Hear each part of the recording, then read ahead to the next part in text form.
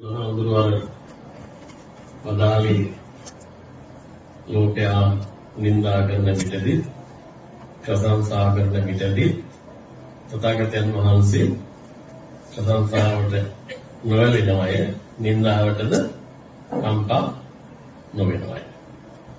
නින්දා ප්‍රශංසා දෙකෙහිදීම තථාගතයන් වහන්සේ එක දැක්මකින් ඉන්නවා. මොකද බුදුහාමුදුරුවෝ දාරනවා ඇයි ඒ තථාගතයන් වහන්සේ ප්‍රශංසාවලට නොවැළෙන්නේ නින්දාවලට වෙනස් නොවෙන්නේ ඇයි? මොකක්ද හේතුව? තථාගතයන් වහන්සේ වදාළේ ඒවා දැනෙන්නේ ස්කන්ධ ලෝකයකට. ඒක ස්කන්ධ ලෝකයේ තථාගත නෙවෙයි. රූපය, වේදනාව, සංඥාව ඔය කියන ස්කන්ධ තථාගත නොවන බැවිනි. අලගත්තු සූත්‍රයේ මතක හැටියට ඒ ධර්ම කොටස තියෙන්නේ. එතකොට යම් කිසි කෙනෙක් අපිට ප්‍රශංසා කරනකොට හිත සතුට වෙනවා. නින්දා අපහාස කරනකොට හිත හරියට වෙහෙසෙනවා.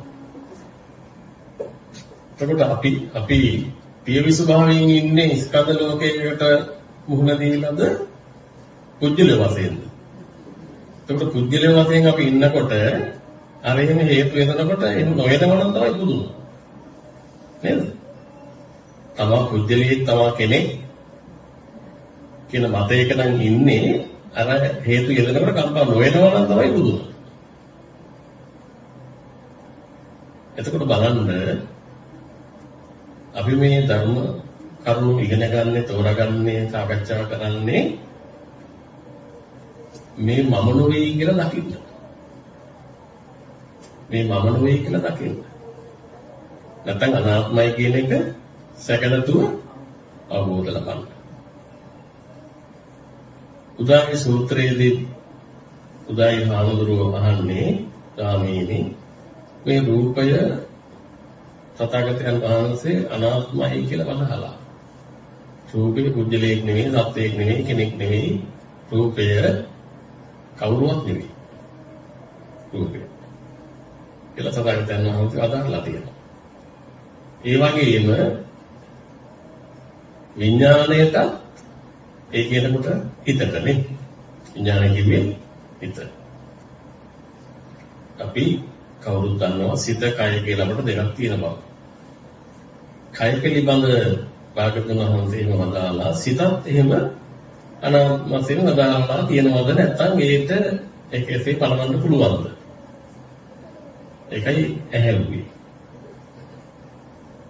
එතකොට පළමුව කය අනාත්මයි කියන එක හෙළිවිච්ච කෙනෙකුට තමයි සිත අනාත්මයි කියලා වැටහෙන්නේ. කය අනාත්මයි කියලා හෙළිවිච්ච ප්‍රඥාවකට තමයි සිත අනාත්මයි කියලා වැටහෙන්නේ. එකකින් උඩින් යන්න බෑ. කය අනාත්ම දෙයක්. කය යමෙක් නොවේ කියන එක අපිට ඔප්පු කරගන්න. සැකහැර ගන්න. හැකි වෙන්න ඕනේ. ප්‍රධානම සාධකය තමයි දෙවෝපියෝ ප්‍රත්‍යයෙන් මේ කය හටගත්තේ. ඒක ඇත්තනේ. නේද? පොල් ගහකින් පොල් බීජයක් හැදුනහම ඒ පොල් ගහේ සියලු ලක්ෂණ අර පොල් බීජය තුළ අන්තර්ගතයි. ඒකේ තියෙන අර පැලයක් වෙන්න රෝපණය වෙන පොල් බීජයක් තියෙනවනේ. අර සිදුරු තුනක එක සිදුරක නේද? ඒ බීජයේ පොල් ගහක තියෙන සියලු දේ අන්තර්ගතයි. මූලධර්ම. පොල් හරසු, පොල් අතු, පොල් මුල්, පොල් ගෙඩි ඔය හැම ලක්ෂණවල. අතුලත් මේකේ. එහෙම නේද? එතකොට ඒක පැලවෙනකොට පොහොර උඩාගෙන, වතුර උඩාගෙන, හිරුවෙලිය වාතය උඩාගෙන ඒ කරුණු එකතු වෙලා අරකේ අර කුල් බීජය තුල තියෙන මූලධර්ම ටික ටික වර්ධනය වෙනවා. එතකොට අපිට දකින්න ලැබෙන ඕන පොල් පැලයක්. එතකොට මේ පොල් පැලය ටික ටික ලොකු වෙනකොට පළමු පොල් ගහේ තිබුණු මූලධර්ම ටික නෙමෙයිද ඒ පළමු පොල් ගහෙන් ලැබුණු මූලධර්ම වල ස්වභාවයම නෙවෙයිද ඒකම කියනවා නෙවෙයි. එහිදී අන්තර්ගත වූ ඒ මූලධර්ම වල ස්වභාවය මොනවද? ඊළඟ බීජයෙන් සකස් වෙන ශාකයෙන් අපි දකින්නේ. නේද? එතකොට ඇත්තට මේ පොල් පැලේට එකයි පොල් පැලේ තුන තියෙන හොල්ලතු ආදී සියලු කොටස්. එයා ඒ පොල් පැලේට අයිති කියන්න පුළුවන්. පොල් පැලේට අයිතිද ඉහත පොල් ගහේ මූලධර්ම ටික නම බීජයට එකතු වුනේ. බීජයෙන් සකස් වුනේ ඊට අදාළවයි. ඒ වගේ බලන්න අපේ ශරීරය. ඒ වගේ අපේ මේ ශරීරයේ පවතින ශරීරය කියලා හඳුන්වන ශරීරයේ අවයව. කෙස් නොම් නිය දත් සම්මස් නහර ආදී ඔය අවයව. පිටසක සරවල ඒ දහඩිය ආදී අවයව. ඒ හැම කොටසක්ම දෙමෝපිය ප්‍රත්‍යයෙන් හටගත්ත රූපයක දිගන කලන රූපයේ විදහා දැක්වෙන අර ධාතු කොටස්. එහෙම නේද? දැනුත් ඒ කොටස් ටික නෙවෙයිද මේ ව්‍යාප්ත වෙන්නේ. ආහාර වලින් ජලයෙන් සකස් වෙන්නේ ඒ කොටස් ටිකම නේද? ඊතරම නැද්ද තමාම වෙයි කියන සාධකයක්. මේ රූපේ තමාගේ නෙවෙයි කියන්නේ. රූපේ දෙවෝපිය ප්‍රත්‍යයෙන් ඒ හැර තියෙන්නේ මේකයි. ඒ ස්වභාවය මේකයි අපිට දකින්න තියෙන්නේ. මේ කතාව රූපේ පිළිබඳ. රූපය නිරන්තරව වෙනස් වෙනකොට ආයය සකස් වෙන්නේ ඒ හැඩයට අනුරූපව එකතු කරන ආහාර වලින් එකතු වෙන ජලයෙන් එකතු කරන හේතු වලින් ආශ්‍රාවාදී ප්‍රත්‍යයෙන්. එතකොට ප්‍රත්‍යයෙන් හටගන්න මේ කය යමෙක් කියන්න පුළුවන්ද? මේ අවයව ටිකේ එකතුව. ධාතුන්ගෙන් සකස් වෙන මේ අවයව ධාතුන්ගේ ස්වභාවයක්ම මිස ධාතුන්ගේ ස්වභාවයකට යම් දිනක අපි යමෙක් කියන්න ඒ රූප සටහනට ඒ රූප සටහන ප්‍රති වේලා එහි සකස් වෙච්ච ප්‍රතිබිම්බයට ඒ රූප සටහන අරබය එහි සකස් වෙච්ච ප්‍රතිබිම්බයට ඒ ප්‍රතිබිම්බයේ අරබය අපි යම් දිනක ලෝකේ විවිධ අය හඳුනා ගන්නකොට හඳුනා ගන්නවා නේ. නම හඳුනා ගන්නවා, ගම හඳුනා ගන්නවා, විස්තර අපේ කරන රැකියාව හඳුනා ගන්නවා. පුජ්‍යලත්වයෙන් අපි අර දකින්න ප්‍රතිබිම්බය හඳුනා ගන්නවා. හැබැයි මේ ප්‍රතිබිම්බයේ හදලා දුන්න රූපය එහෙම යමෙක් නෙවෙයි. ධාතු හතර. ඒ ධාතු හතරෙන් එහෙත් ධාතු හතරෙන් සකස් වෙච්ච රූපයක් ප්‍රති වෙනකොට එක් වෙනකොට හටගන්නවා විඥානය. දැන් විඥාණයෙන් දැනගන්නේ විඥාණයට දැනගන්න හේතුකාරකමනේ අනාත්ම වූ රූපයක්. යමෙක් නෙවෙයි. විඥාණයෙන් දැනගත්තේ යමෙක් නෙවෙයි අනාත්ම වූ රූප ශාලාව. සංඥා මාත්‍රයක්. එහි කිසිම ආකාරයක යමෙක් කියන සාධක නැහැ. කොහෙන්ද යමෙක් කියලා ඉන්නේ අපිට?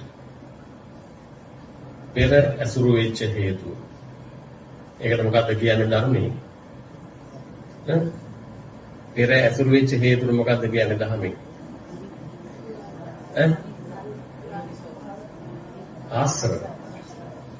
ආශ්‍රව ධර්මයේ. සිත ඇසුරු කරපු ධර්ම.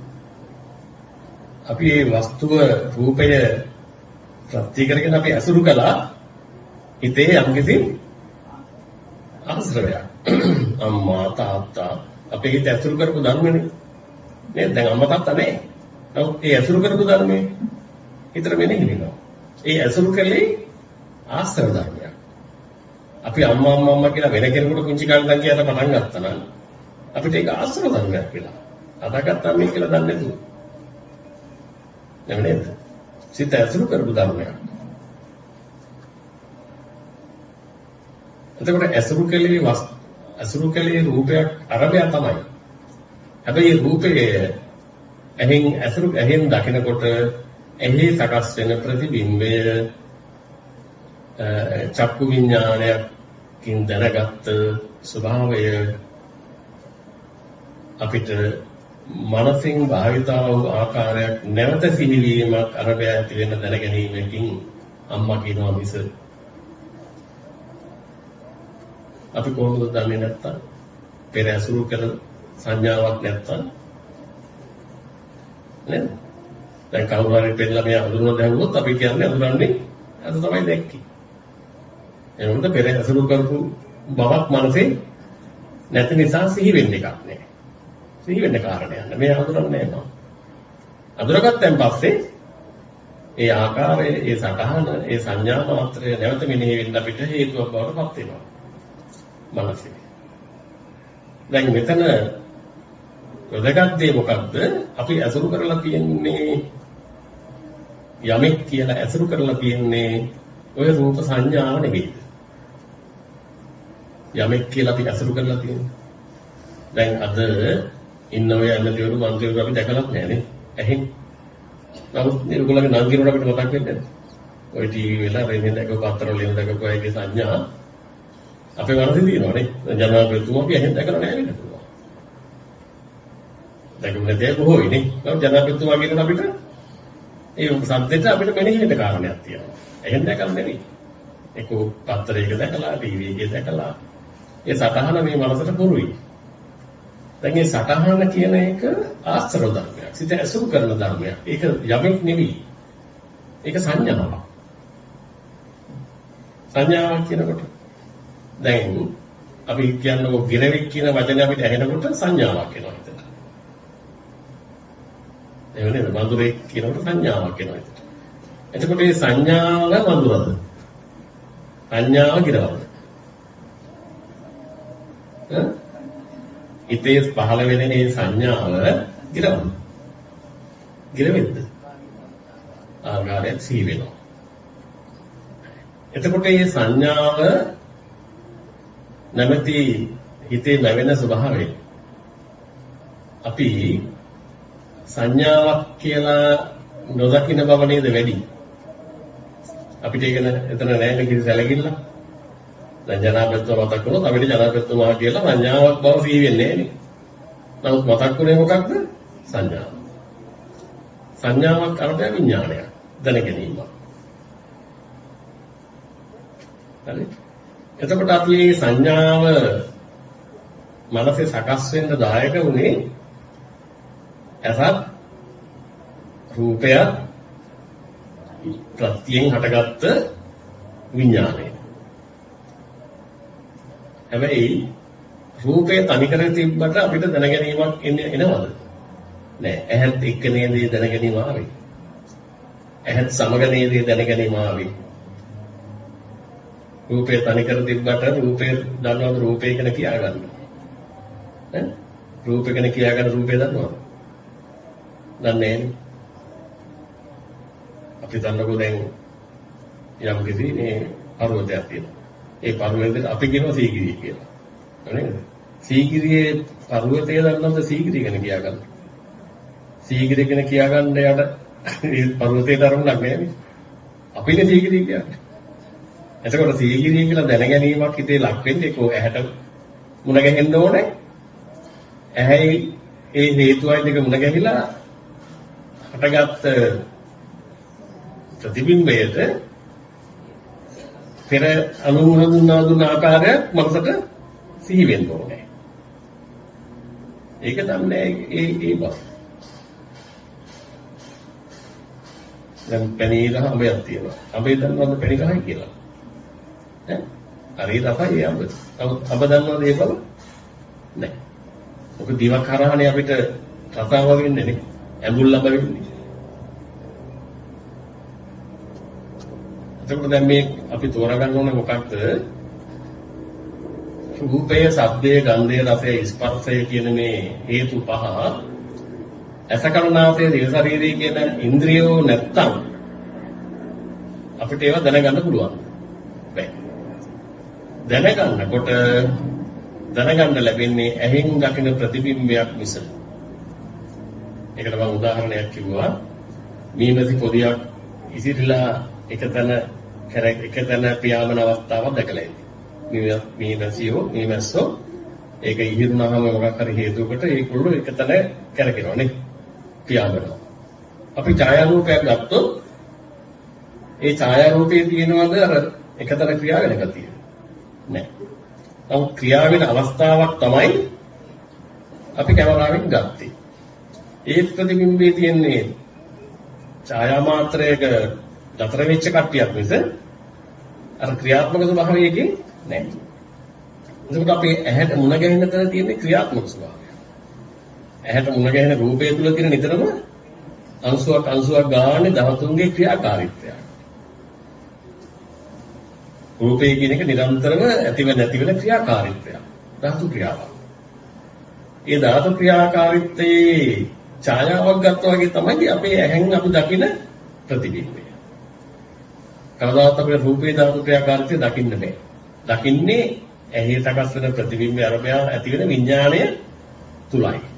එතකොට අපි ලෝකය කියලා හඳුනාගෙන තියෙන්නේ ධාතුන්ගේ ක්‍රියාකාරීත්වය තුල. ආයතන වලින් ගත්ත ඡායා රූප නේද? අපි කෙනෙක් කොට ගන්න දෙයක් කොට ගන්නේ. දැන් පහන් දැල්ල ගත්තත් අපිට පහන් දැල්ලේ ශනික ස්වභාවය ඇහෙන් දකින්න බෑ. ඒක ශනික ස්වභාවයක්. එතන ඇති වෙන නැති වෙන නේ. නමුත් ඒ ඇති වෙන නැති වෙන ක්‍රියාවලිය නුවණින් අපි දකින දෙයක් විනා ඇහෙන් දකින්න බෑ. ඇහෙන් දකින්නේ අපිට තියෙන පහන් දැල්ලක් වගේ. තියෙන පහන් දැල්ලක් පෙනෙන්නේ. ඒ වගේ මොකද මේ පෙනෙන්නේ තියෙන ලෝකයක්. නමුත් තියෙන ලෝකය විඥානය හටගන්න දායක වුණ රූපය වෙනස් වෙන එකක්. නිරන්තරව. රමින්වැසි පොදිය වගේ. ක්‍රියාවලියක් එතන. ධාතුන්ගේ ක්‍රියාව. අතීත අනාගත නැතුව වර්තමාන හේතුන්ගෙන් හටගෙන එහිම නැසෙන නේද?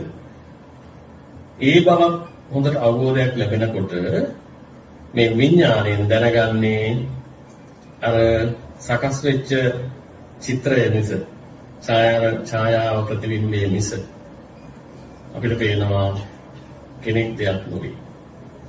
ඒක කෙනෙක් දෙයක් වෙන්නේ කෙනෙක් දෙයක් කරගත්තේ අතීත හේතුවේ මෙහෙවීම නෙවෙයි.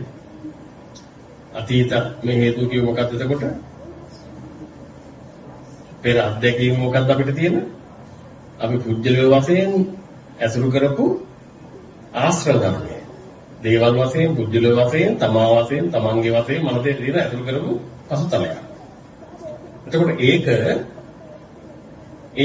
ඒ මනසේ ඇතිලා තියෙන පසුතලය, අවිද්‍යාවසහගත පසුතලය අයනුසු මානසිකාරයෙන් මෙනෙහි කරලා අනුවණින් මෙනෙහි වෙලා අපිට පෙර දැකපු විදිහටම තමයි සිත සකස් වෙන්නේ. මෙනෙහි වෙන්නේ අපිට පෙර දැකපු දේමයි කියලා තමයි හිතෙන්නේ. නමුත් ඇත්තටම සතර මහා ධාතුන්ගෙන් සකස් වෙච්ච රූප වල වෙනම අපි දකින්න ඕනේ යමෙක් නැති බව. ඒ යමෙක් නොවන සතර මහා ධාතුන්ගේ ප්‍රත්‍ය වීම ඇහැට හේතු වෙලා ඒ පහළ වෙන ඡායාව පවා යමෙක් නෙවෙයි. යමෙක් කියන පෙර පිළිගැනීමක් තිබිච්ච එක මනසට මෙනෙහි වෙනවා. ඒ ඡායාව අරබය. යමෙක් කියලා කෙනෙක් තාත්තා අම්මා සහෝදරයා එහෙම නේද? මම ඒකත් සකස් වෙන්නේ හේතුන්ගෙන් නෙවෙයි. ඒ මතේ බව සකස් වෙන්නේ හේතු ප්‍රත්‍යයෙන් නෙවෙයි. එහෙම හිතෙන්නේ. දැන් අපිට මැරිච්ච තාත්තා, මැරිච්ච මහත්තයා, මැරිච්ච දරුවා ආදී වශයෙන් මෙනෙහි වෙනකොට මෙනෙහි වීම තුලත් හේතු සකස් වීමකින් නෙවෙයි දෙයි මතක් වෙන්නේ. ඒ හේතු සකස් වීමට හේතු වැය වෙලා නෙවෙයි දේ විඥානය පහළ වෙන්නේ. ආහාර, ආස්වාස ආදී වූ වැය කරගෙන මේ වගේ ශක්තිය වැය කරගෙන යන මතක් වෙන්නේ. එතකොට එනවා මේ මතක් වීමත් හේතුන්ගෙන් සකස් වෙලා නම් පහළ වෙන්නේ මට පහළ වෙනවා කියන්න පුළුවන්. මියගිය කෙනා මතක් වෙනකොට මියගිය යමෙක් පිළිබඳ හිතේ මතක් වීමක් වෙනකොට ඒ මතක් වෙන්න හේතු වෙන හේතු පෙර අතීත අත්දැකීම. මෙහෙන් ආස්වාද ප්‍රාස්වාද. මෙහෙන් ආහාර. ඕවගේ ශක්තිය. ඒවා හේතු වෙලා නේද මතක් වෙන්නේ. ආස්වාද ආහාර ආදී ප්‍රත්‍ය වෙලා නැති ඒ වගේ ශක්තියෙන් ක්‍රියා වෙලා සිහි වෙන්නේ අපිට ඕනම දෙයක්. ඒ සිහිවීම තුල සිහි කරන්නේ නැතුව දකින්න බැයිද? සිහිවීමක් කියලා.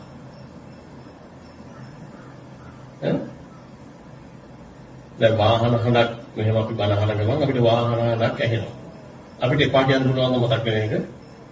ඒක ට්‍රැක්ටරයක්, ත්‍රිවිලයක් කියලා මතක් වෙන එක වළක්වන්න පුළුවන්. පුළුවන්. සතෙක් කෑ ගහනවා. කපුටෙක් කෑ ගහනවා. අර සෝත ප්‍රසාදේ හැපෙනකොට ශබ්ද කම්පණය. පෙර හේතුව ප්‍රත්‍ය වෙලා සිහි වෙනවා සතගේ සංඥාවනේ. අපිට එපා කියන්න පුළුවන් දේ සිහි වීම. ඒවා වගේ වෙන ප්‍රතික්‍රියාවක් නෙවෙයි දේ පහළ වීම. ඒ මෙනෙහි වීම. නේද? බලන්න කවුරුවත් නැතුව ඒවා වෙන හැටි. හේතුඵල වෙන හැටි. කවුරුවත් කරවන්නේ නැතුව වෙන හැටි බලන්න. එපා කියන්න පුළුවන්. හේතු යෙදෙනකොට ඒ ශබ්ද කම්පන ආදී ඉන්ද්‍රියන්ට හැපෙනකොට ඒ අදාළ සංඥා මතක් වීම කෙනෙකු විසින් කරනව නෙවෙයි. හේතුන්ගෙන් පහළ වෙනවා ඒක. හේතු නිරුද්ධ වෙනකොට නිරුද්ධ වෙලා යනවා. ඒකයි කෙනෙක් දාගත්තේ. සිද්ධිය පේන්නේ නැති නිසා. උතර කෙනෙක් වශයෙන් ආත්ම දෘෂ්ටියකින් මට ඇහුණා මට පෙනුණා කියලා ගන්නේ ඇයි? සිද්ධිය වශයෙන් නිවැරදිව නොදක්නා නිසා. සිද්ධිය හෙළි වෙනකොටම අනාත්ම වෙනවා. තමානු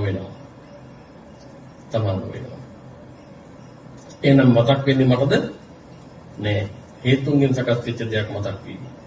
මේ මතක් වෙන එක හේතුන්ගෙන් සකස් වෙලා මතක් වෙනවා කියලා හෙළි වුණොත් හේතුප්‍රත්‍යයෙන් සකස් වෙලා හිතට මතක් වීමක් වෙන්නේ කියලා හෙළි වුණොත් තවදුරටත් එතන කුජල භාවය නෑ. තවදුරටත් එතන කුජල භාවය පවතින්න බෑ.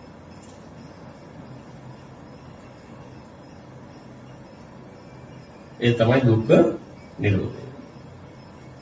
හේතුන්ගෙන් සකස් වෙලා මතක් වීමක් වෙනකොට ඒ බව නොදැන මට කොච්චර හරි අම්ම මතක් වෙනවා කියලා පිළිගත්තු. එතන තමයි උපාදාන ස්කන්ධ දුක්ඛය. හේතු සකස් වෙනා මේ මතක් වීමක් වෙනවා හේතු නිරෝධයෙන් නිරුද්ධ වෙනවා කියලා දැක්කොත් මට අම්මා මතක් වුණා නොවේනවා. මට ගෙදර මතක් වුණා නොවේනවා. මට කුමක්වත් මතක් වුණා නොවේනවා. කෙනෙකුට මතක් වුණා නොවේ. හේතු සකස් වෙලා අට ගන්න විඥානය දැන ගැනීම පහළ වෙලා විරුද්ධ වෙන්නේ. ඒකයි ඇත්ත. එතකොට ඇස අනාත්ම දෙයක්, ඇස යමෙක් නෙවෙයි. ඇස 13 වෙනි සකස් වෙච්ච එක. රූපය යමෙක් නෙවෙයි, රූපේ 13යි දෙයක්. දැන් මේ මොහොතේ ඔයගොල්ලෝ ගෙවල් මතක් කරොත්, ගෙවල් වල ඉන්න අය මතක් කරොත්. ඒ මතක් වෙන්නේ මේ මොහොතේ ඉන්න අය. මේ මොහොතේ ගෙදරද? දැන් ඔයගොල්ලෝ මෙහි ඉඳලා ගෙවල් මතක් කරනවා. ඉන්න අය මතක් කරනවා. දැන් ඔය මතක් වෙන්නේ මේ මොහොතේ ඇති ගේද මේ මොහොතේ ඉන්න අයගේ ඡායාවද? නෑ. පෙර හේතු. ඔයගොල්ලෝ ගෙවල් වලින් එනකොට දැකපු දුරු හේතු සිහිවි. මේ මොහොතේ ගේ කියන්න බෑ ඔයගොල්ලන්ට. ඇයි? මේ මොහොත වෙනකොට ඒ ගේ නැද්ද දන්නෙත් නෑ. එහෙම නේද? නෑ වෙන්නත් පුළුවන්. අර සමහර තාරකා අපිට පෙන්නකොට ඒ තාරකා ඉන්නේ නැල්ලු. මොකද ඒවා ආයු කාලය ඉවර වෙලා විනාශ වෙලා. ඒ වගේ නිකුත් වෙච්ච ආලෝක කිරණ අපේ ඇහැට වැටෙන්නේ නෝ අවුරුදු ගණන්. ඒතර අපිට පේන්නේ එතකොට දැන් එතන තියෙන එකක්ද? නෑ. ඒ වගේ හේතුව නිසා ඵලය, හැබැයි ඵලයේ හේතු නෑ. අර පෙනෙන තාරුකාව එතන නෑ. ඇයි රූපයයි ප්‍රත්‍යයෙන් අපිට යමක් පෙනෙනවා හේතු වෙලා නේද? ඒ පෙනෙන දේ පෙනීමට දායක වෙච්ච හේතු වල නෑ. නැත්නම් පෙනීමට දායක වෙච්ච ඵලයේ අර හේතු නෑ. හේතු නැතිලයි ඵලය හට ගන්නවා. ඒ නිසාම ඵලයට පවතින්න බෑ. මොකද ඵලයක් පවතින්නේ හේතු වලින් බැහැරද. හේතු නිරුද්ධ වෙන කල්හි ඵලයට පවතින්නම බෑ. මොකද මේ ඵලය සකස් වුනේ හේතු වලින්ම නිසා.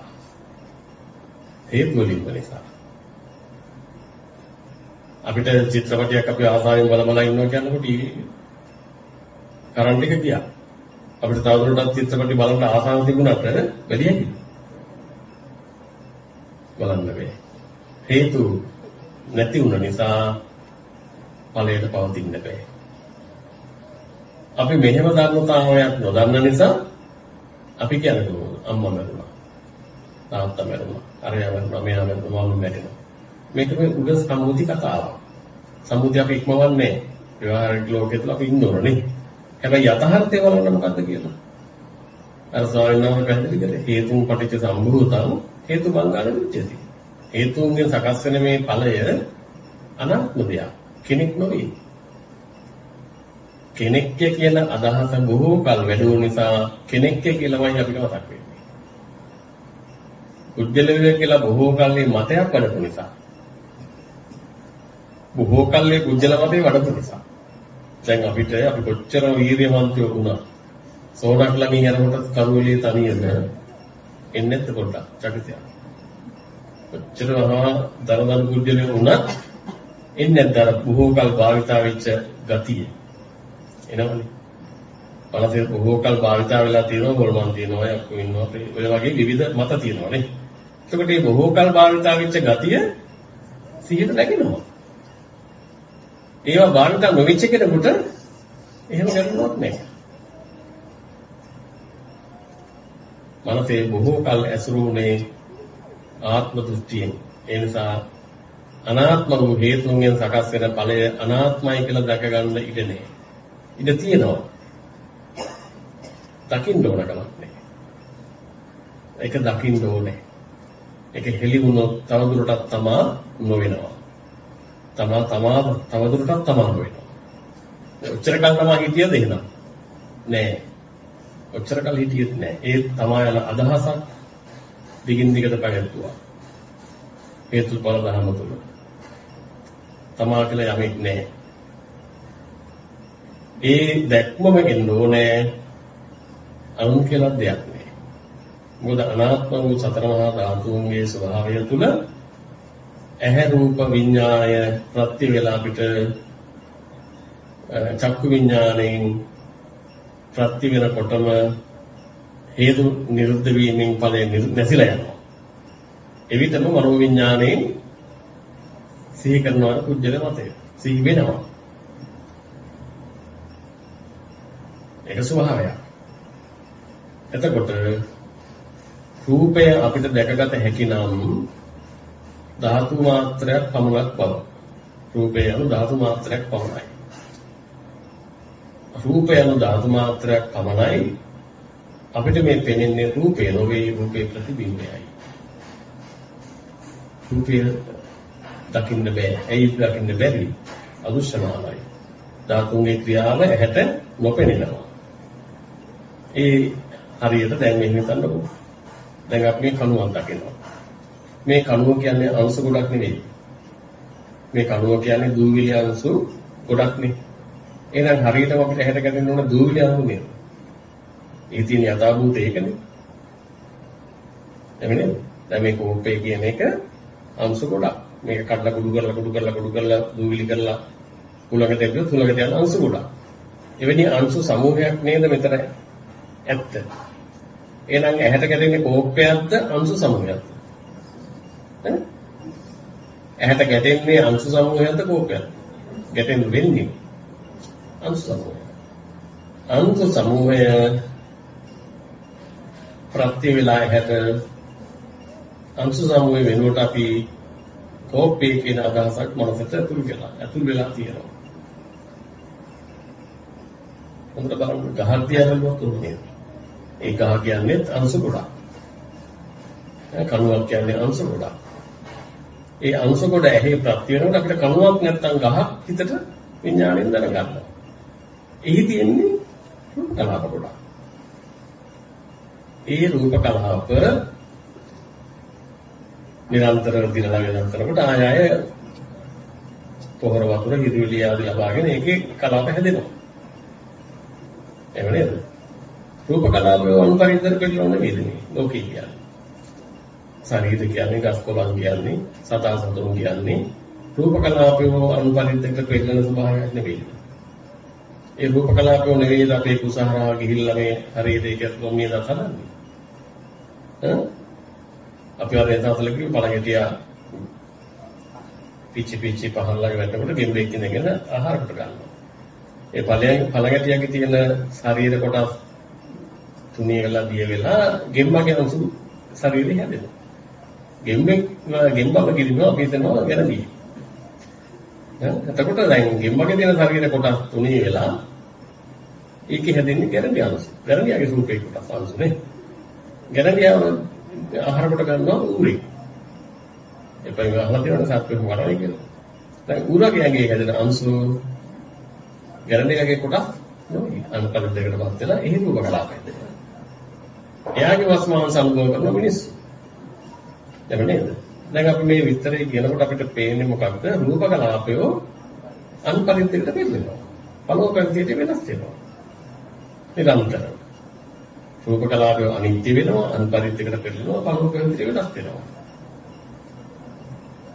එතකොට එහෙම දර්ශනයක් අපිට අවබෝධයක් ලැබෙනකොට අපිට මේ ඇහැට ප්‍රත්‍ය වෙන රූප කලාපකට දෙයක් වෙලා පේන එක කෙනෙක් වෙලා බලන එක හිතකින් මෙනෙහි කිරිලක් නෙවෙයි. ඇහි සකස් වෙන මේ ඡායා මාත්‍ර විඥාණයෙන් දැනගන්න මේ ඡායා මාත්‍ර වල අපිට ද්‍රව්‍යමය වශයෙන් ගත නොහැකි නිරන්තර වෙනස් වෙන මේ ලෝකයේ කියන්නේ නිරන්තර විපරිණාම වෙනස් වීම. ලෝකේ නිරන්තර වෙනස් වෙනවා. ඒකාකාර නැහැ. නිරන්තරව කාලයක් දෙන්න බෑ. නිරන්තර වෙනස් වෙන මොහොතම හැම මොහොතකම වෙනස් වීම කියන්නේ ජී ලෝකයේ තුල. එහෙනම් අපි මේ ඇති බවක් ගන්නේ හිතක් කරා නෙවෙයිද?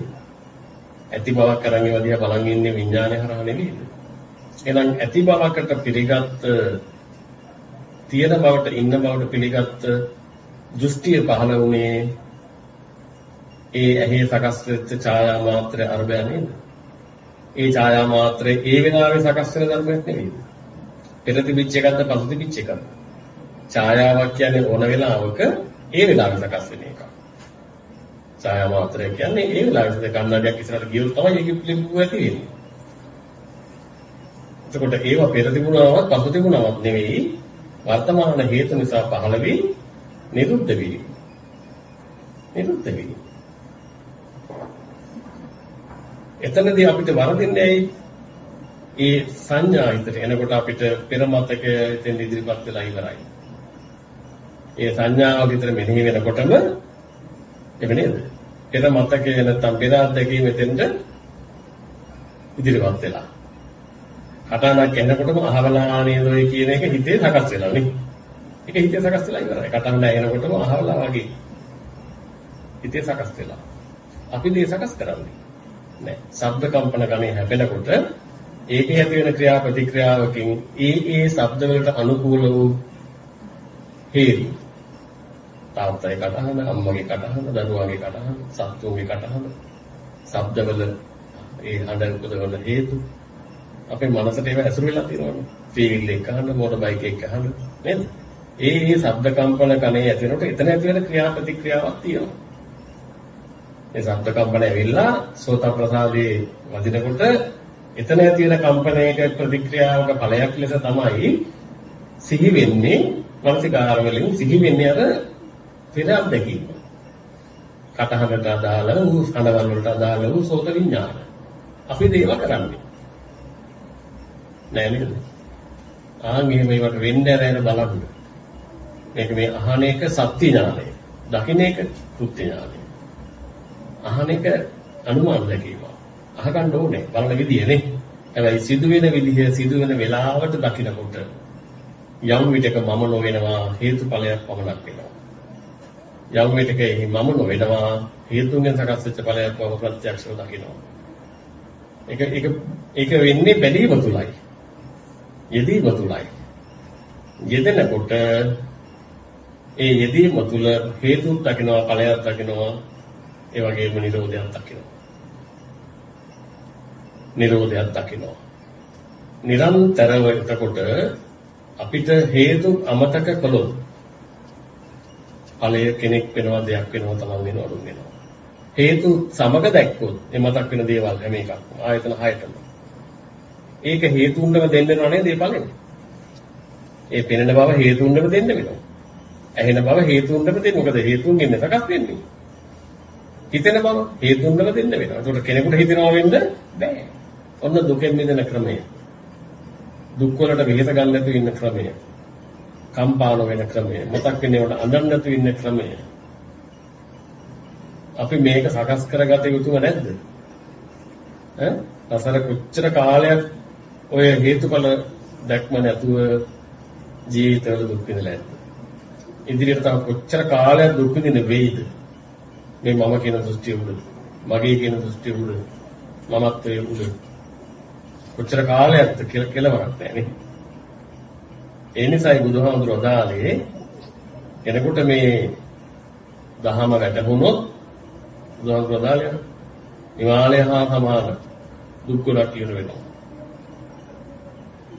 බොහෝ දුක් ගොඩක් කියන මොකද සිතේ සකස් වෙන ඒ මනෝවිඤ්ඤාණ ධාතුව වතක් වෙන ඒ මනෝවිඤ්ඤාණ ධාතුව තුළ යමෙක් නැහැ, කෙනෙක් නැහැ, දෙයක් නැහැ. හේතුන්ගෙන් සකස් වෙන බල ධර්මයක්. මේක සංඥාවක් අරබයා තමයි අපි සංඥාවට පෙර අත්දැකීම එකතු කරලා තමයි සත්‍යේක්‍ය පුජ්‍යලේක කෙනෙක් කියලා ගන්න වෙන්නේ. පෙර අත්දැකීම වෙන්නේ කියලා.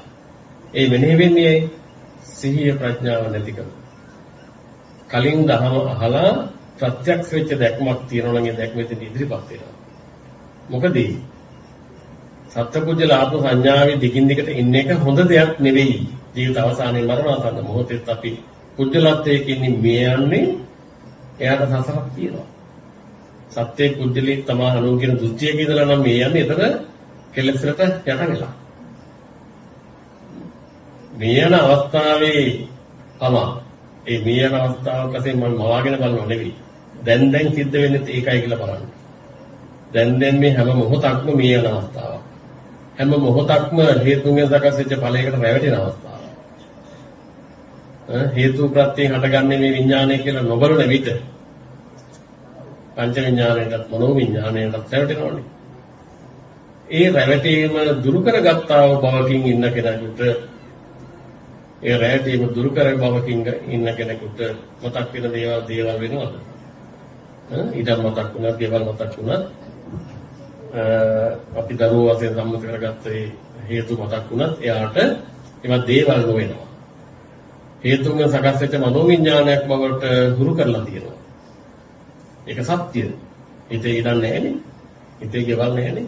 නේද? හිතේ දරුවෝ නැහැනේ. මතක් වුණාට නේ. සංඥා අරබය අපි ඉදමක් කරගන්නවා. ඉදම සංඥා.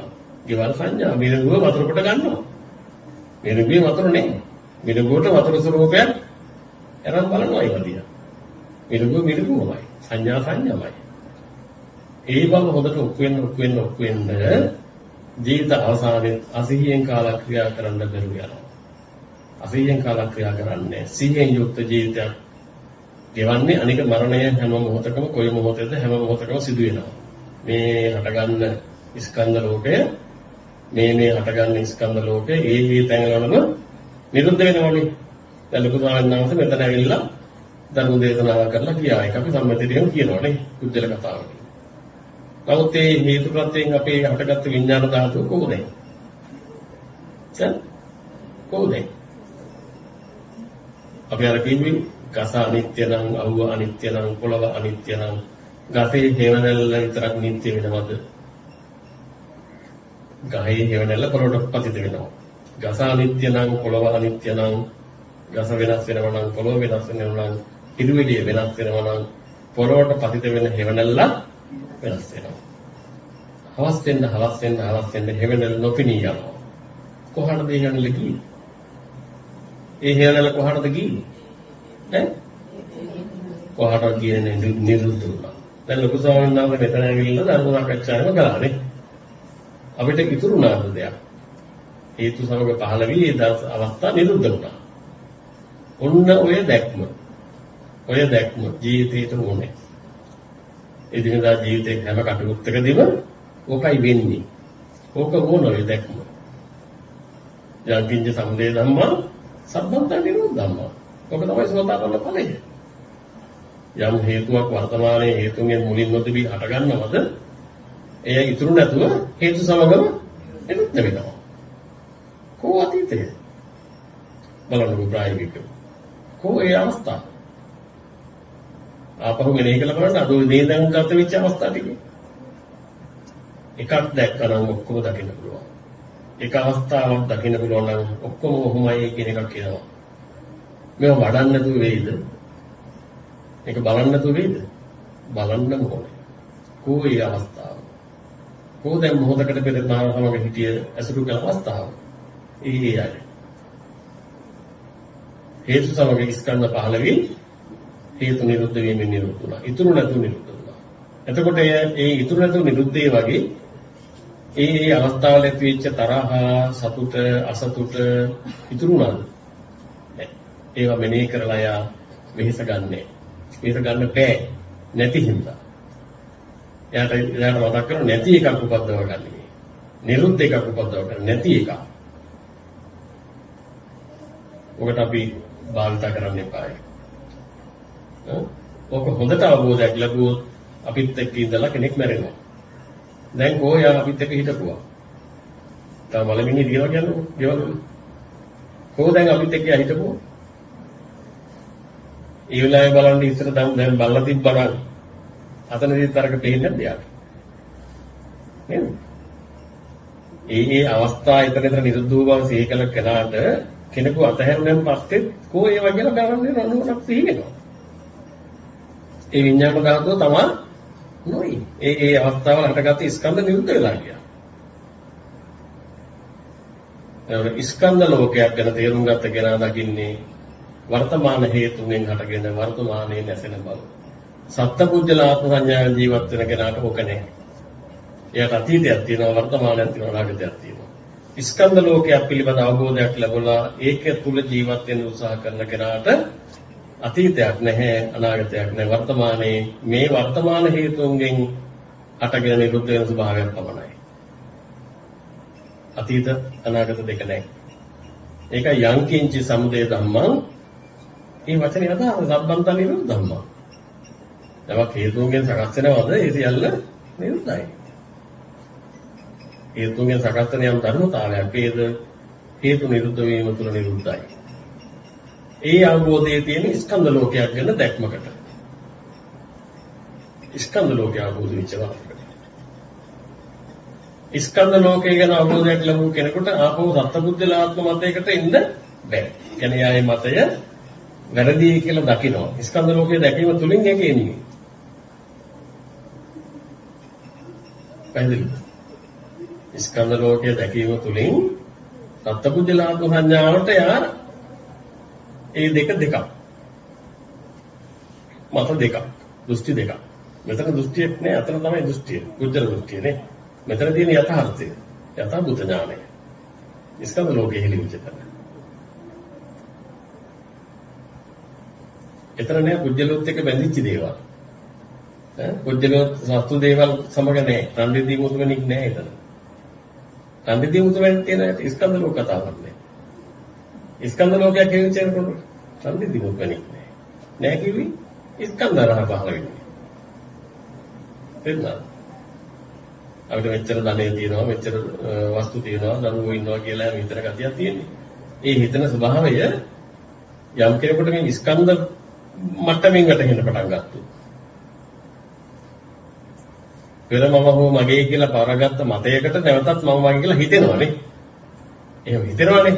භාවිතා වෙච්චාම එහෙම හිතෙනවා. දැන් කඩේකින් තුවායක් ගෙනන පස්සේ ඔක ටිකක් පිහිනකොට, අසුරු කරනකොට මගේ තුවාය බවට ඉබේම පත් වෙනවා. ඉබේම පත් වෙනවා. ඒක ඒ තුවායේ වරදක් නැහැ. එහෙම නේද? ශරීරයේ වරදකුත් නැහැ. එහෙම හිතන එකේ වරදකුත් නැහැ. වරද මොකක්ද? වරද මොකක්ද? තුවායකුත් තියෙනවා, මමත් තියෙනවා, මගේ ඇඟක් තියෙනවා කියලා දෘෂ්ටි සහගතව ඒක පාවිච්චි කරනවා. වස්තුවක් වශයෙන්, දේවල් වශයෙන්. ඒ වෙලාවට මේ ඇහැ හරහා පහළ වුණේ මේක. ඒ වෙලාවට ශබ්දයක් කර්මය විඥානය පහළ වෙන්නේ. එහෙම නැත්නම් මනස අරබය තුවාය මතක් වෙන්නේ. මොකද තුවාය පිළිබඳ අපිට එක්කෝ එහෙම දැකලා මතක් වෙන්න ඕනේ, එක්කෝ ශබ්දයේ පිළිබඳ ශබ්දයෙන් ඒක මතක් වෙන්න ඕනේ. එහෙම නැත්නම් මනසට මෙනෙහි වෙන්න ඕනේ. ආයතන වලින් තොරව තුවාය පරිහරණය කරන්න පුළුවන්. ආයතන හරහා නැතුව ඒ තුවාය කියන එක වෙනම කොහේ හරි තියෙනවා.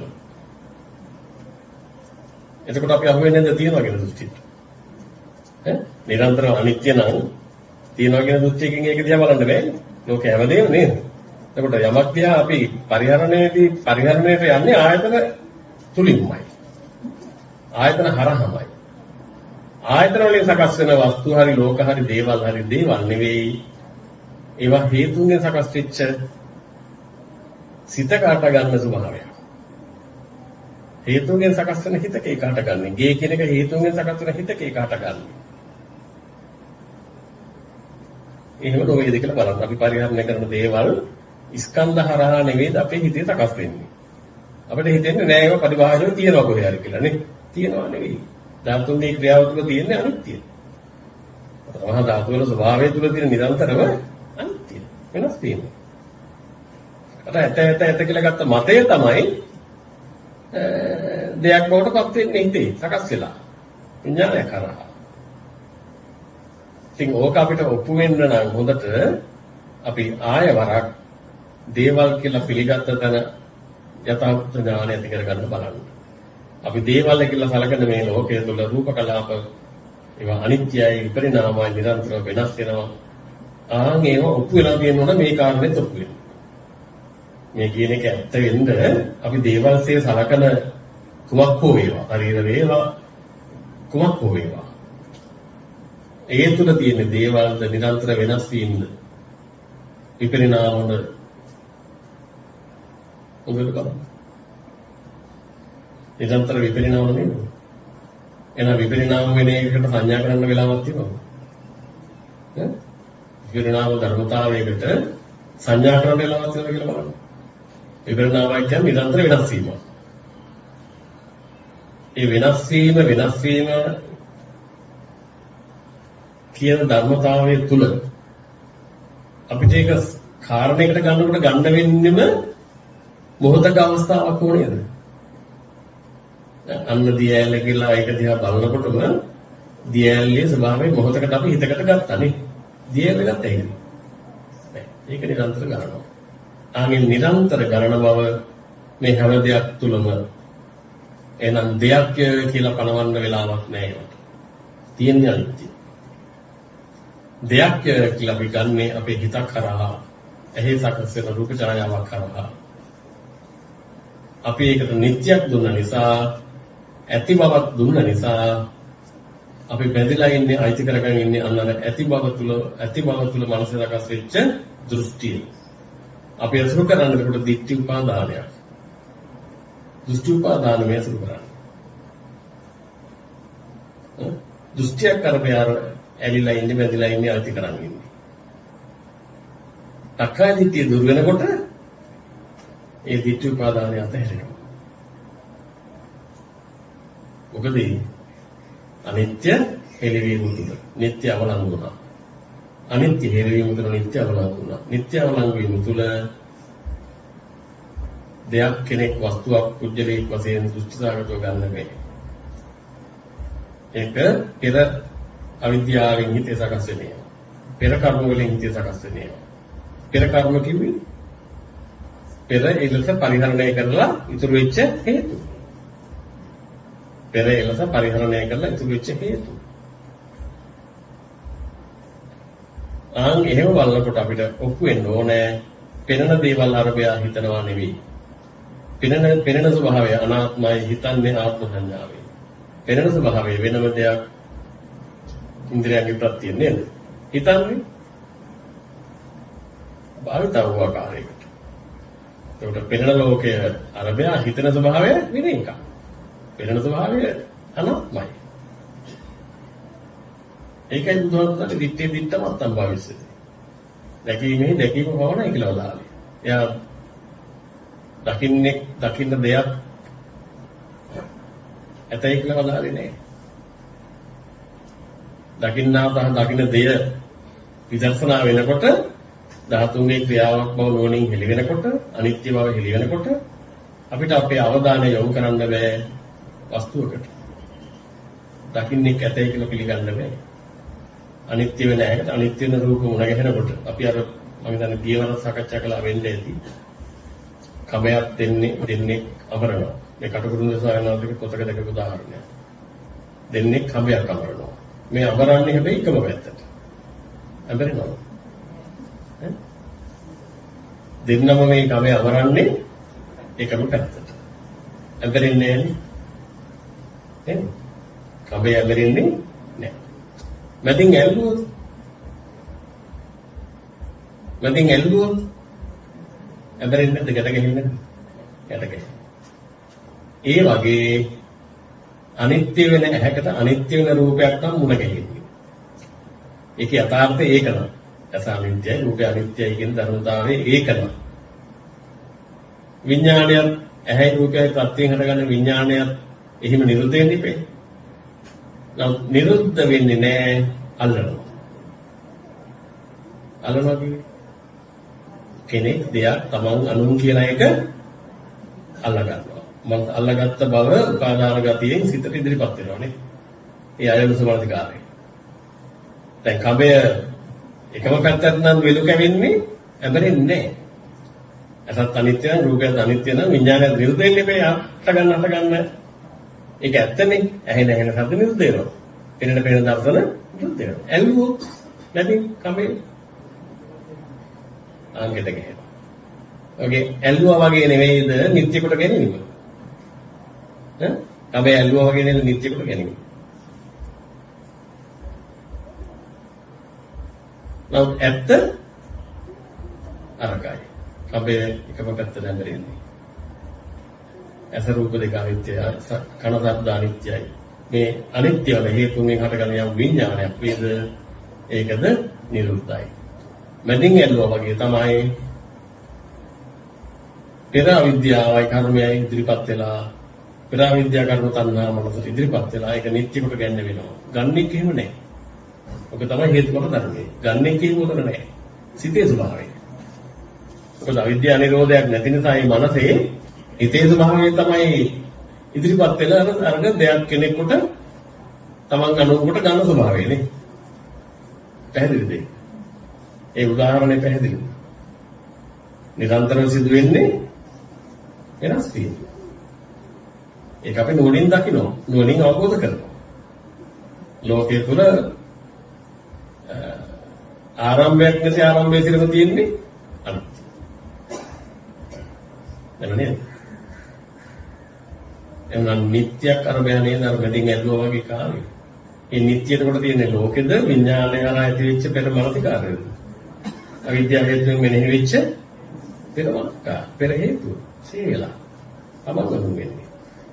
නමුත් තමන් වුණාට ඒක මනක් කල්පද නැද්ද? ඒ තමන් අනුන් කියන සංකල්පේ මනක් කල්පද නැද්ද? ඉතින් මහකස් වෙච්ච එකක් නෙමෙයිද? අපි අර කිව්වේ රත්තරන් ගොඩාවක් තියාගෙන ඉන්නවා හදිසි මැරෙනවා. පස්සේ බලනකොට රත්තරන් නෙවෙයි කිසි වර්ධකමක් නැති සරු විතර වගේ. අපි તો එයාගේ හිතේ තිබුණේ රත්තරන්ම නේද?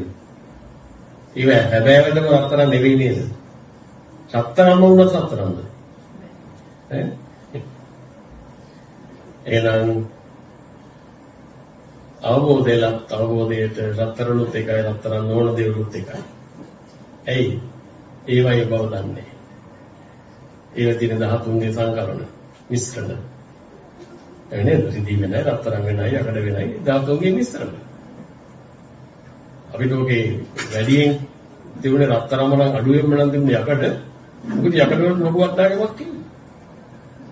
නේද? කිරිවාණගල් තියෙන අඩුවෙන්ම නම් මැණික් වලට වඩා වටිනවා වෙයි. ඒවා ලෝකෙ තුල තියෙන සාපේක්ෂ වටිනාකම්. ධාතු මාත්‍ර වශයෙන් ගත්කල ධාතු වල විවිධත්වයක්. ධාතු වල නානත්වයක්. නමුත් අපි දීලා තියෙන වටිනාකම බලන්න මනසට දීලා තියෙන බර. අපි රැවටෙන්නේ අපේ සිතිවිලි වලට නෙවෙයි. අපිට මතක් වෙන සිතිවිලි වලට නෙවෙයි අපි රැවටෙන්නේ. ඒ මෙනෙහි වෙන සංඥා මාත්‍රයට නෙවෙයි රැවටෙන්නේ. අන්න ඒවා හෙලි වෙන්න ඕනේ. හිතකට රැවටෙන්නේ නැති. හිතකට වටිනාකම් දෙන්නේ හේතුන්ගෙන් සකස් වෙන සංඥාවක් විඥානයක් ස්කන්ධ ලෝකයක් කියලා අමතක වීම. ඒක නිරන්තරව වෙන එක. හේතුන්ගෙන් සකස් වෙන මේ ඇහෙන් පෙනෙන්නේ, ඇහෙන්නේ, දැනෙන්නේ, හිතෙන්නේ කියන එක හෙලි වෙන්න සත්පුජ්‍යලා සංඥාව පහ වෙනවා. ස්කන්ධ ලෝකයේ පිළිබඳ යථාර්ථය හෙලි වෙනවා. ස්කන්ධ ලෝකයක් කියන එක හෙළිවීම තුළ අයිතිකාරයෙක් නැති අනාත්ම ස්වභාවය. සකන තුනේ ජීවිතයේදී දකින්න පුළුවන්. ඒ මොනවා හරි තියෙනවද අපිට සාකච්ඡා කරන්න දෙයක්?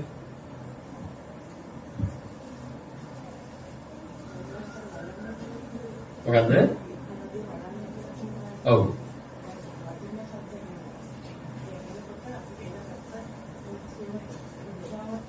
ඔව්. ඔව්. ඒවත් මෙනෙහි වීම. දැන් දුර ශබ්ද, ළඟ ශබ්ද, ඈත ශබ්ද ඒ මෙනෙහි වෙන්න පුළුවන්. හැබැයි මේ ශබ්ද කම්පන කණේ හැපිලා මානසිකාරයත් පහරලා විඥානයත් පහරුණෙන් පස්සේ නෙවෙයිද අපි දන්නේ. කණයි ශබ්දයයි හැපිලා ඊතර ප්‍රතික්‍රියාවකුත් වෙලා ස්නායු ආදී ක්‍රියාකාරීත්වයුත් වෙලා ශබ්දය දැනගන්න හිත සංඥාව පහළ වෙනකොට විඥානය පහළන්නේ යම් හේතු සමූහයක ඵලයක් ලෙස ක්‍රියාත්මක වීමකින් වෙලානේ. ඊතර කෙනෙකුට හිතුණාද කෙනෙකුට ඇහුණාද හේතුන්ගෙන් සකස් වෙච්ච දෙයක්ද කියන එකට නුවණින් බලන්න. කෙනෙකුට ඇහුණාද හේතුන්ගෙන් සකස් වීමකින් ඵලයක් හටගත්තාද? කාටද ඒක ඇහුනේ? කොහොමද ඒක උනේ? ආන්ගේව තමයි යෝනිසෝ මනසිකාරය. කොහොමද ඒ ඇහුනේ? දැන් දිවේ රසයක් දැනෙනකොට ලුණු රස, තිත්ත රස, පැණි රස දැනෙනවා. ඒ දිවේ තියෙන ප්‍රතික්‍රියාවක් නේද? දිවේ සෛලවලට ලුණු රස මිශ්‍ර වෙනකොට දැනෙන ප්‍රතික්‍රියාව වෙනයි. පැණි රස දැනෙනකොට ඇති වෙන ප්‍රතික්‍රියාව වෙනයි. ඒ ප්‍රතික්‍රියාවන්ගේ වෙනස්කම් අපිට අර පැණි රස, තිත්ත රස වශයෙන් දැනෙන්නේ. නේද? එතකොට ඊතර තියෙන ක්‍රියාවක ප්‍රතික්‍රියාවක් නේද ඒක? කවුරුත් කරන එකක් නෙවෙයි නේද? මේක දකින්නවා. ක්‍රියා ප්‍රතික්‍රියාව වශයෙන් හේතුඵල වශයෙන් දකින්නවා එතන සිදුවෙන ධර්මතාවය. ඒවට බොහෝ සියුම් විවේකයක් ඕනේ. සියුම්ව බලන්න ඕනේ.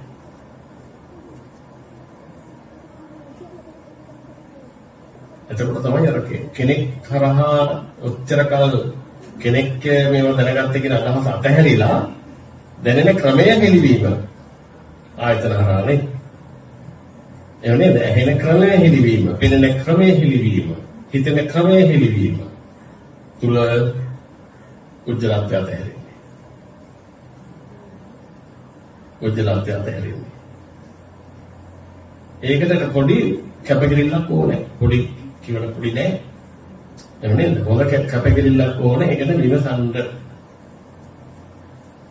එහෙම නැත්නම් පෙර ජීවත් වෙච්ච විදිහටම ඒ රටාවටම මොනවද ඉඩ ඇරලා නම් එතන කර්ම විපාක වෙනමින් කර්ම රැස් කරනවා මිස ඊට වඩා කිසිවක් නැහැ.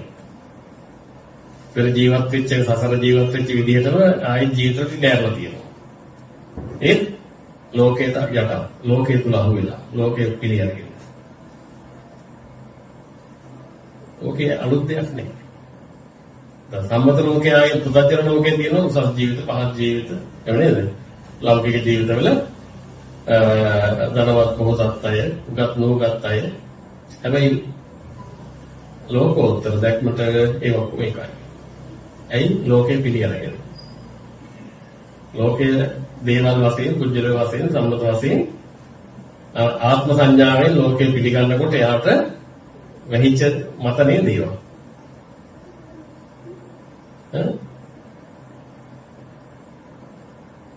ඒ වැහුණු ලෝකයේ තුල සිද්ධ වෙන්නේ මොකද්ද? කර්ම විපාක විඳිනවා අලුතෙන් කර්ම ඇයි ඒවා හොඳයි කියලා හිතේ භාවිතා වෙනකොට ඒ හොඳයි කියපු ගති වලට අදාළව ආයතන ලැබෙන්න ආයතන හැදෙන්න කර්ම රැස්වීමක් විතරයි ඒක වෙන්නේ. කර්ම අස් වෙන්නේ නැහැ. හේතු සමග පහළ වී හේතු නිරෝධයෙන් නිරුද්ධ වෙන දැක්ම යාට එන්න කර්ම අස් වෙනවා. ඵලයෙන් තමාකට පිළිගන්න නැතුව යනවා. ඇහෙන බව, පෙනෙන බව, දැනෙන බව තමා කියන අදහසකින් ක්‍රියාත්මක නොවන බව හෙළි වෙනවා. ඒ තුල කුජල සංඥාව අතහැරෙනවා. කුජල සංඥාව අතහැරෙනවා. ඉතින් මේ ධර්ම කරුණු අහන්න ඕන, සාකච්ඡා කරන්න ඕන, මෙනෙහි කරන්න ඕනේ. අවශ්‍ය වෙනනොදී නැවත නැවත සාකච්ඡා කරන්න ඕනේ. එතකොටයි උතන ස්ථාවර වෙන්නේ. මොකද අපිට ජීවිතේ වටිනවා. ඉදිරි ජීවිත කාලෙත් හරියට වටිනවා. මේ ජීවිතේ ඉදිරි ජීවිත මනුෂ්‍ය ජීවිතේ ගෙවෙන්නේ බොහෝම වේගකින්. මනුෂ්‍ය ජීවිත කාලය අපිට ගෙවෙන්නේ බොහෝම වේගකින්. අපි මේ වේගෙන් ගෙවි යන මේ මනුෂ්‍ය ජීවිතය පෙර කරන ලද කර්ම වලටම ඉඳහැරලා හිටියොත් ආයතන 6 සතුටු කරනවා. මොකක්ද අපේ ජීවිතේ තියෙන්නේ? ඉදිරි ජීවිත කාලෙත් ගෙවිලෙයි කර්ම රැස් වෙනවා. එතන මෙතෙක් වුණා වූ ජීවිතය අතහැරලා ඉදිරි ජීවිත කාලයේ වටිනාකම හඳුනාගෙන මනුෂ්‍ය ජීවිතය ගෙවිලා යන මනුෂ්‍ය ජීවිතේ මේ කාලය උපරිමයෙන් බුදුහාමුදුරන්ගේ දහමට යොමු කිරීම තමයි ඥානවන්තයෙක් නම් කරන්නේ. ඒ ඇයි? සසර කොයිතරම් අපි මේවා විඳලා ඇද්ද? සසර කොයිතරම් මේ ආයතන අදට වඩා සතුට කරලා ඇද්ද? මොනවද ඉතුරු? ඒවා තුලින් වැරදිලා පල්ලෙහාට යන්න වුණොත් කවුද බේරගන්නේ? එහෙම නේද? ඒ නිසා ලැබුණු මේ උතුම් අවස්ථාවෙන් ඒ ප්‍රයෝජනය ගන්න ඕනේ. හොඳයි ඉතින් පහමාරට ආසන්නයි. හොඳයි ඔබ හැමදෙනාම අද මේ උතුම් අවස්ථාවට සහභාගී වෙලා ලෞතර බුදුරජාණන් වහන්සේගේ සත්‍යධර්මයට උතුම් ගෞරවයෙන් යුක්තව සමන් දීලා තමන්ගේ දුර්ලභ වූ මනුස්ස ජීවිතේ වටිනා කාලය සඳහා මිඩංගු කරලා කල්යාණ මිත්‍ර සේවනයේ සද්ධර්මයේ ශ්‍රවණය කරන මේ උතුම් හේතු සම්පත් සලසගෙන යෝනිසෝ මනසිකාරයෙන් ජීවිතයේ ධර්මානුධර්ම ප්‍රතිපදාවට එක් කර ගැනීම තමයි අපි ඔබ හැම කෙනෙක්ම මේ උතුම් ශාසනය තුළ උතුම්ම වශයෙන් සැලකිය යුත්තේ. ඉතින් ඒ සඳහා උතුම් කටයුතුවක් අද සිදු කරලා ගෞරවනීය නායක ස්වාමීන් වහන්සේගේ ධර්ම දේශනා ශ්‍රවණය කළා, සාකච්ඡා ශ්‍රවණය කළා.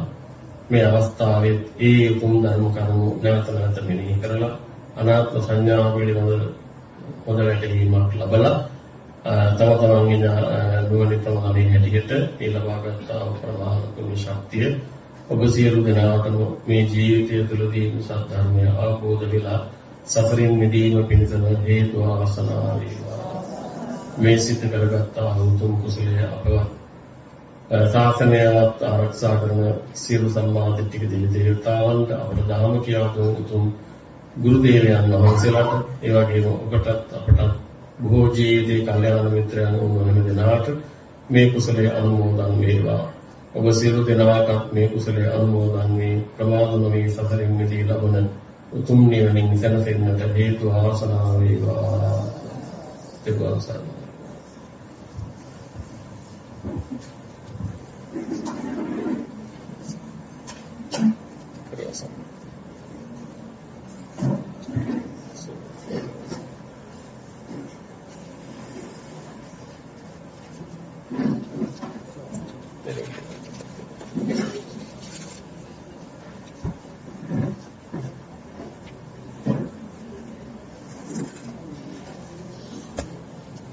ඊළඟ දිනේ ගැන මතක් කිරීමක් කරන්න යන්නේ.